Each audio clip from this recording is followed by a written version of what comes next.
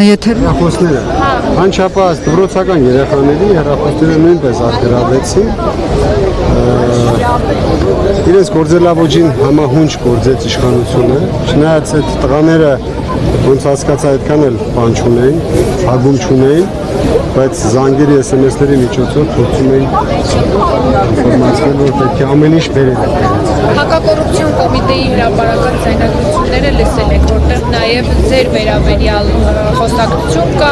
նշում են, որ Կարենն է մեր գլխի տերը, սրանց վերաբերյալ ինչ կաշարք տալ, բաժանելու մեջ են եղել։ Այնտեղ գլխի տեր բարակաբարձություն չի եղել, եղել է պատասխանատուն,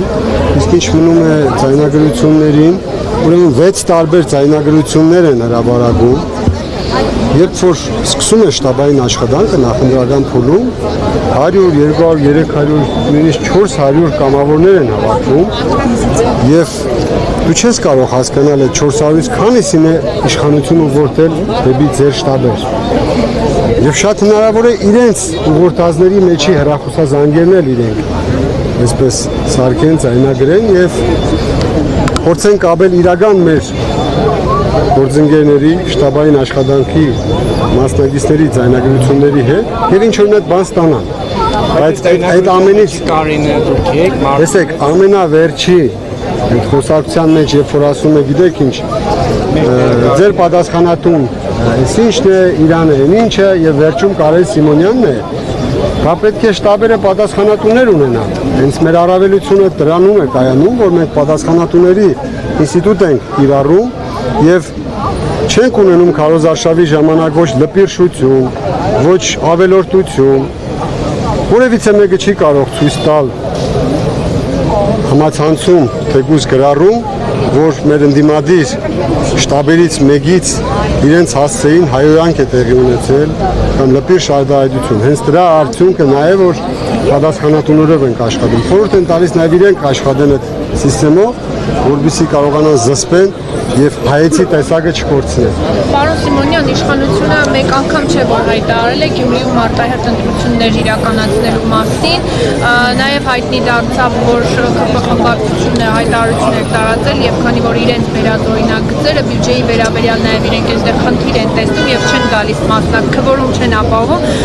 ձեզ էլ հնարավոր է կալանավորեն եւ այդպիսով ընդհանրապես ավականու նիստերը տեղի չի ունենա եւ Գյումրին գնալու է արտահերթ ընտրության։ Դուք ինչպես եք պատկերում ամեն դեպքում փորձում են քաղաքային իշխանությունը ընդդիմության ձեռքից վերցնել։ Տեսեք, իրանք փորձում են ամեն ինչ անել, բայց եթե Գյումրիի ընդդիմադիր ավականիները պինդ են, իրենց տեղերում են, ոչ մի բան էլ իրանք չեն հաջողելու։ Այս պահի դրությամբ ես չեմ ճանաչում ավականիներում մարդ, ով կարող է դավաճանել եւ լքել ընդդիմադիրների ճամբարը միանալով իշխանականներին։ Այս մեկ։ Երկրորդը, իրենք երեք ինձ չթողնելով հասնել քաղաքապետարան, ինձ փողոցից այդպես լուսացույցի տակ մեքենաներով շրջափակեցին եւ ուղղորդեցին դեպի մեր բնակարան, որտեղ զգացվում է, որ ժամանակել են փորձում ձգել, որ ես չհասնեմ այնտեղ։ Հավանաբար պատճառը նա էր, որ տեղի չունենար նիստը եւ իրենց արտահայտություններում թույլ տան իրենց, որ քաղաքում կառավարման ճգնաժամ, բայց այդպես չի կարող։ Եթե դուք ինքնաբերաբար խանգարում եք, որովհետեւ հետո խոսեք, դա թույլ բնավորության տեր մարդկանց վարկագիծ է։ Եթե պայքար է, ուրեմն դեն դիմաց ենք պայքարելու։ Եթե այդպես հետևից պետք է խփեք, ու հետո ասեք քաղաքում կառավարման ճգնաժամ կա, դա վայել չի, հայ մարդուն վայել չի։ Հաջորդը իրենք ըստ երևույթին պատրաստվում են սահմանադրական փոփոխությունների երկրում, ուզում են, որ հանրաքվե անցկացնեն եւ այս ֆոնի վրա իրենց պետք է Հայաստանի երկրորդ քաղաքը նույնպես լինի իրենց տիրապետության տակ, որովհետեւ իրենց որևիցե մեկը չխոչընդոտի, նշանակեն իրենց այնտեղ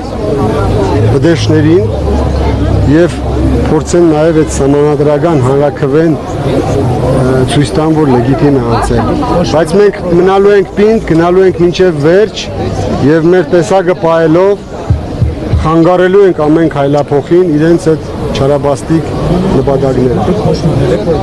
Հայաստանի ապահովել է Կարտալակասյանի քաղաքապետը։ Տեսեք,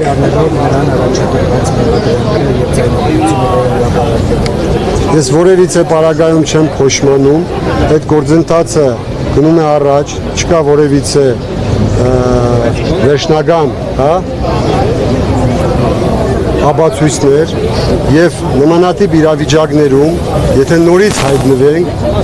ուրեմն որևիցե դեպքում չենք քվեարկելու իշխանության օգտին։ Ունենք երկու տարբերակ,